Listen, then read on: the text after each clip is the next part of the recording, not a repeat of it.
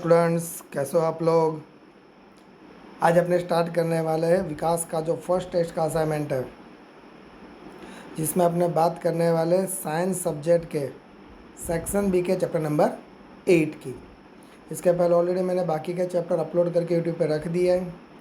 जो आपने नहीं देखा हो तो उसके लिंक आपको नीचे डिस्क्रिप्शन में मिल जाएगी। तो स्टार्ट करेंगे चैप्टर नंबर 8 सेक्शन बी का। Okay, read the questions. What is a force? State whether it is a vector quantity or a scalar quantity. तो force की definition क्या आएगी? Push or pull acting on an object is called a force. It is a vector quantity. Second question. What is the impulse of force? State its SI unit. तो इसका क्या आएगा? The product of the force and the time. The product of force and the time for which it is act on a body is called impulse of force. Again, the product of the force and the time for which it is act on a body is called the impulse of force. SI unit Newton into second.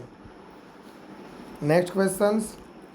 What is momentum and state its SI unit. तो इसका answer क्या आएगा? Momentum, the product of mass and velocity is called momentum. The product of mass and velocity is called momentum. ऐसा unit क्या आएगा? Kilogram into metre upon second. Next questions. State SI unit and CGS unit of force and establish the relation. तो देखो, अगर SI unit की बात करेंगे force की, तो फोर्स का SI यूनिट आता है Newton. Okay, and CGS unit आता है डाइन, DYNE, डाइन. चलो अभी इसके बीच का रिलेशन की बात करेंगे. तो अगर MKS में बात करेंगे, MKS यूनिट की, तो MKS यूनिट क्या आता है? Kilogram metre per second square. तो यहाँ पे क्या लिखेंगे? 1 newton is equal to 1 kilogram into 1 metre upon second square. तो 1 kg is equal to 1000 gram और 1 metre is equal to 100 centimetre. So total 3 + 2 कितने जीरो हो गए? 5. तो 10⁵ gram centimetre per second square, या तो 10⁵ डाइन. तो ये हो गया 1 newton is equal to 10⁵ dyne. Correct. Next question number 5. For an object to accelerate, an external force must be applied to it. Explain. तो Newton second law of motion, F is equal to m formula के according, if any object external force is zero. अगर कोई external force zero लग रहा है, means force क्या हो जाएगा आपका? ज़ीरो. फोर्स अगर ज़ीरो हो जाएगा तो mass into acceleration is equal to zero. But ये आपको तो पता है कि यार मास कभी ज़ीरो नहीं आता. एयर का भी मास होता है, कुछ ना कुछ होता है. तो यार कोई ऑब्जेक्ट का मास कभी ज़ीरो नहीं हो सकता. तो ज़ीरो क्या हो सकता है? तो acceleration, a is equal to zero. So any object to external accelerated external force must be applied. इसलिए एक्सटर्नल फोर्स क्या करना पड़ता है? अप्लाइड करना पड़ता है. Done. Next. How does a karate player break a slab of ice with a single blow of his hand? तो इसका आंसर क्या आएगा? Because he strike the pile with his hand moving very fast. In doing so, the entire movement of the hand becomes the zero. उसका movement zero हो जाता है. And the very short span of the time, मतलब बहुत ही कम time के अंदर क्या कर सकता है? वेरी फास्टली क्या करता है? मूव करवाता है, जिसकी वजह से वो आइस स्लैब क्या हो जाता है? इजीली ब्रेक हो जाता है.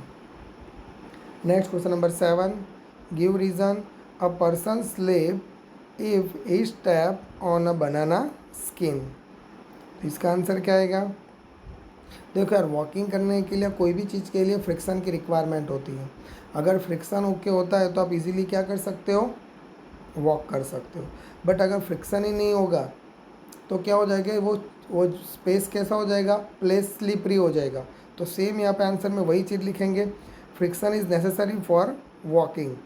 When we step on the banana peel, it reduce the friction between the feet and the surface. तो दिस रीज़न एंड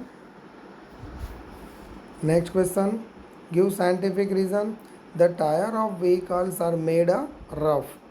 तो इसका आंसर क्या आएगा?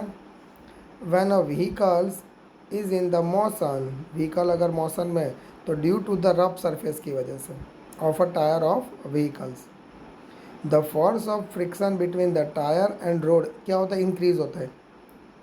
Again repeated, the force of friction between the tyre and a road increases due to sufficient friction and tyre do not slip, friction की वजह से tyre do not slip and it is a safe to drive to vehicles.